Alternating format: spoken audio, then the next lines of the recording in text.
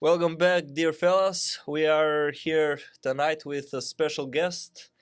He is from America, and it's his first time coming here in our podcast. And tonight we'll be talking some of the points of life, how some these points have affected in his life to become who he is till these days. So I welcome you again, my friend. Thank you. So tell me about yourself first before we open officially, with questions and stuff. Feel free to share us anything about yourself, about where you come from, what you do with your life, and stuff like this. I'm from America, and I'm happily married with a daughter and son-in-law, and retired from both the military and private life.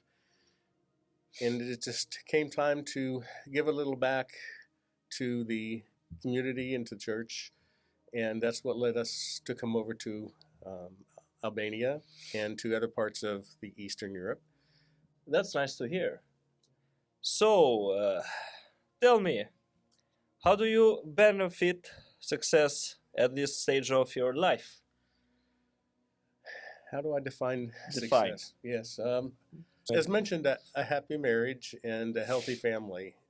We've been married 33 years, which by many standards is pretty good. We're just so thankful that we've been making it this long, and our children, our daughter is happily married as well. So that the marriage and the family is a big part of who we are and what makes us happy.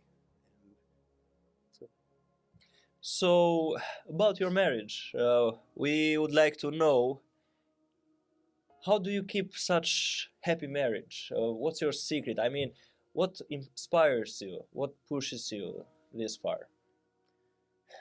We learned early on about communication, and that in itself, communicating back and forth from each other, is truly a key. We had taken a course also earlier, years ago, that was kind of just a training course for happy marriages. And it really teaches you to respect the other person and to appreciate the other person when you may not really know that you're not doing that. The wife certainly needs to be appreciated, and many times the husband as well. You may think that you are, but when you see through the course how you may have been letting them down, it really generates that new respect and helps you go forward. So. That's nice to hear. You hear that, ladies and gentlemen? This is the topic of happy marriage, communication, good communication, or otherwise I think they're gonna fail, right? So marriage without communication, it's a failure. Am I right? Or, yeah. All right. So let's move on to other questions. So tell us, what's one lesson you learned the hard way in your life? That's a tough one because I'm interrupting. Sorry. I mean, there's nothing in life that you're gonna do it by force, but I mean, what's one thing that pushes you so far?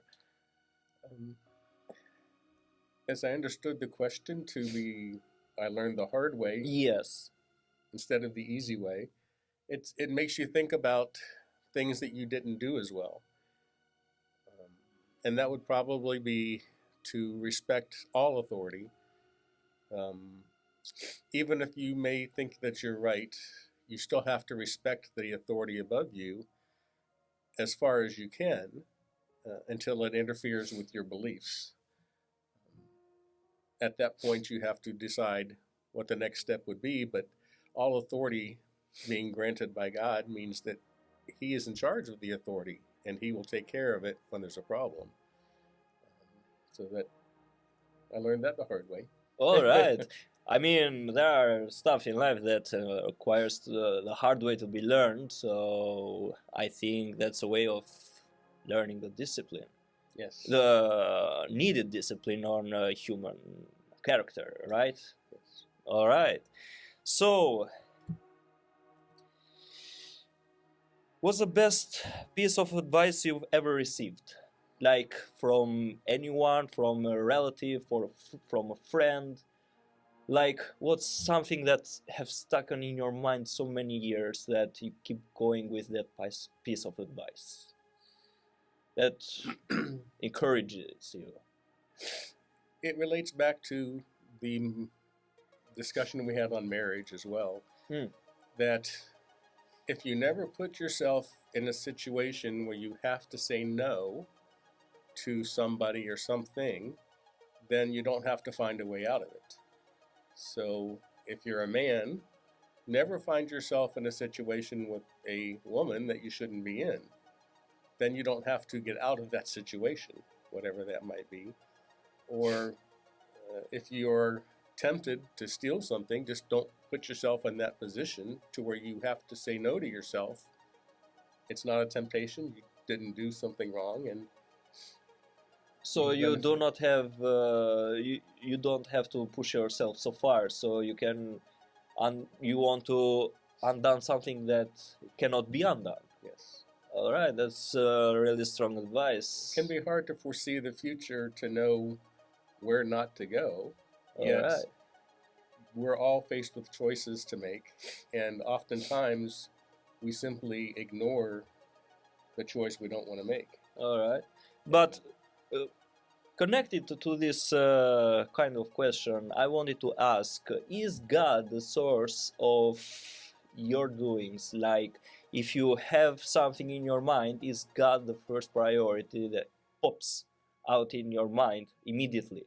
That would God prevail this thing, or He would be there for you? Like, You know, there's a phrase in America and perhaps around the world that they shorten to 4 letters, WWJD. which What means? would Jesus do? All right. And if you ask yourself that in any situation, you oftentimes will get a different answer than you might have had to start with. Because a lot of times our emotions will take over and we react emotionally instead of appropriately. And Jesus, with his disciples, he was teaching them how to act and react to people, especially that hated them. And he said, you show them love. It's not to react kind for kind. Just because somebody hates you and insults you doesn't mean you do that back. And if you can remember that, a lot of times it changes that whole situation, and they no longer hate you, and you have a new friend. So. All right. You hear that, fellows? You better take notes about this because stuff are getting really hot in here. You know, talking about God and leading in your life is really, really important, as you can hear from a living testimony. You know, so the most important question so far is, how do you want to be remembered? Like, what is some kind of acts in your life that you have done, you want to do to be remembered? Like, I mean, everyone in this world has done something so far in the past or in the present days that we live that are remembered for something. So what's your... You may not like my answer. We are open here for every answer, right, ladies and gentlemen? Many people like or want to be remembered to be famous or doing well in sports or politics or making a lot of money. You can't take any of that with you. And once you leave this earth and other generations leave this earth, nobody's going to remember you. So being remembered by